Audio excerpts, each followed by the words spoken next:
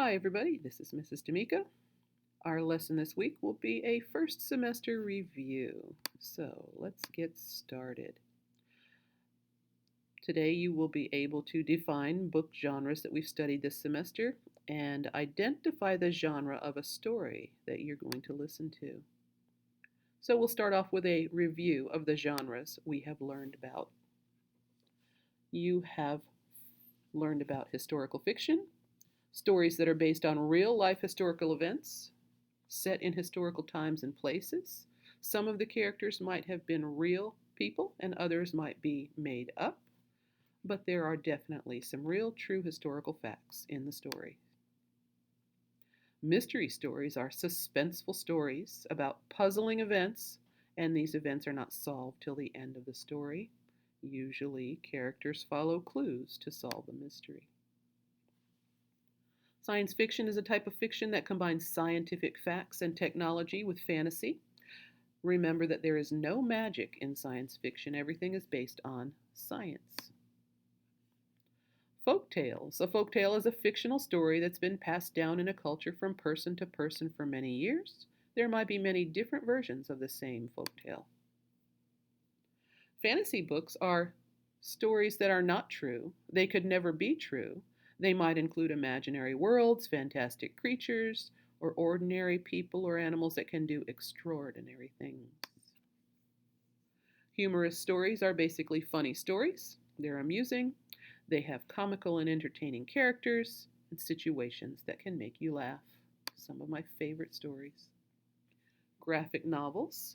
These are stories that are presented in comic strip form but published as a book. They use text and pictures together to tell the story. Your job will be to decide which genre the next story is. So you're going to listen to the first music by Dylan Pritchard, and then you're going to decide which genre this book belongs to. The first music, written by Dylan Pritchard, illustrated by Aaron Bennett Banks. In the beginning, the African forest had many sounds. Hyena yelped, owl hooted, buffalo groaned, lion screeched, monkey chittered, crocodile snorted. Only the frogs were silent. Suddenly, a noise like thunder rolled through the air. The animal stopped talking. Hyena peered over the grass. Buffalo raised his head from the stream. Parrot turned her head from side to side, looking for the noisemaker. Monkey leapt from tree to tree, following the sound. He found Elephant rubbing his back foot with his front one. "Who made that loud noise?" Monkey asked. "Me," Elephant moaned. "I stubbed my foot on this hollow log." Elephant started beating the log with his front foot. Other animals began to gather around. "I like that sound," said Elephant. He kept up the beat. Monkey listened to the rhythm. "I feel like moving," he said. Monkey began to sway back and forth. The leaves rustled as the branches rubbed together. Elephant pounded while Monkey danced. Such a pair. Crocodile raised his body out of the water. Crane flew down and perched on Crocodile's back. "Look at Monkey jumping up and down," Crocodile snorted. "It looks like fun. It sounds like fun, too," Crane crooned. Crane began rocking back and forth. Crocodile shifted his body. Crane lost her balance and slid. Her sharp claws tinkled over the scales on Crocodile's back. "Hey, that tickles," said Crocodile. Elephant beat on the log. Monkey danced. Crane played Crocodile scales. Hyena yelped. Owl hooed. Buffalo bellowed. And Parrot screeched along in rhythm. The frogs kept silent. Parrot flew over and landed next to them. "Why don't you join in?" she asked. "We have short legs and cannot dance," King Frog replied. "We have short hands and cannot play. There's nothing for us to do but watch and listen." One by one and two by two, more animals gathered. Lioness groaned and moaned. Hawk slapped and flapped his wings. Together they played and swayed and danced and pranced. The frogs remained silent. The animals danced and played the first day while the frogs watched. They pranced and swayed the second day, and the frogs listened.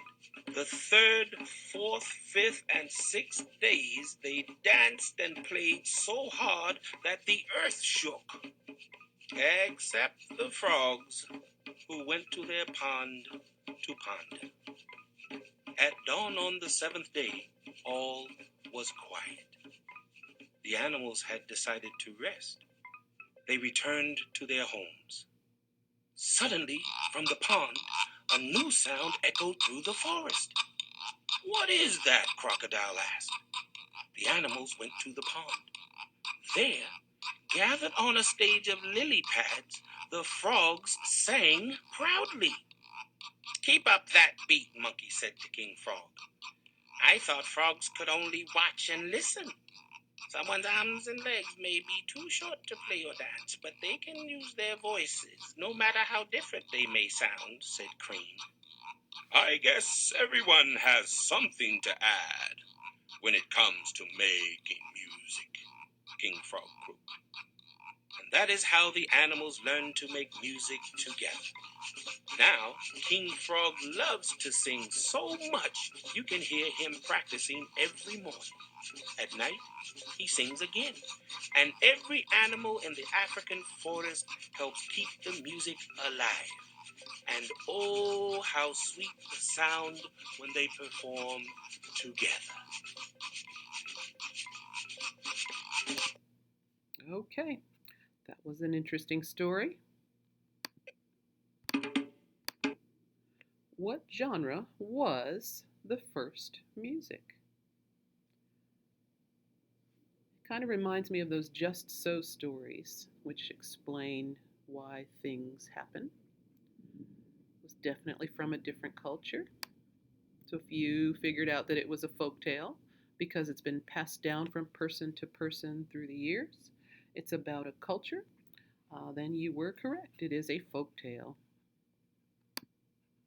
Hope you enjoyed that story, and we look forward to sharing more great books with you next semester. See you next time.